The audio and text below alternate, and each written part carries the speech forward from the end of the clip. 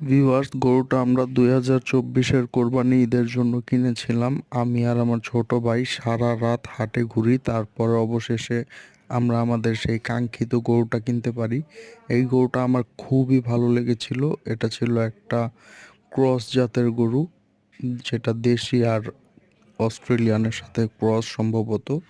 কিন্তু সবাই এলাকার বলতেছিল যে গরুটা নাকি গয়ালের সাথে ক্রস হয়েছে। তো ভিউয়ার্স, আপনারা দেখেন আমাদের গরুটা কেমন হয়েছিল। গরুটা আমার খুবই পছন্দ হয়েছিল এবং খুব ভালো লাগছিল।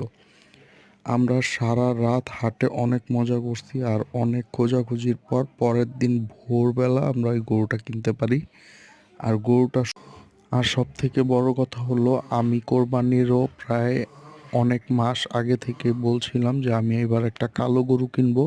তো আলহামদুলিল্লাহ, আল্লাহ পাক রব্বুল আলামিন আমার ভাগ্যে এই কালো গরুটাই রেখেছিলেন।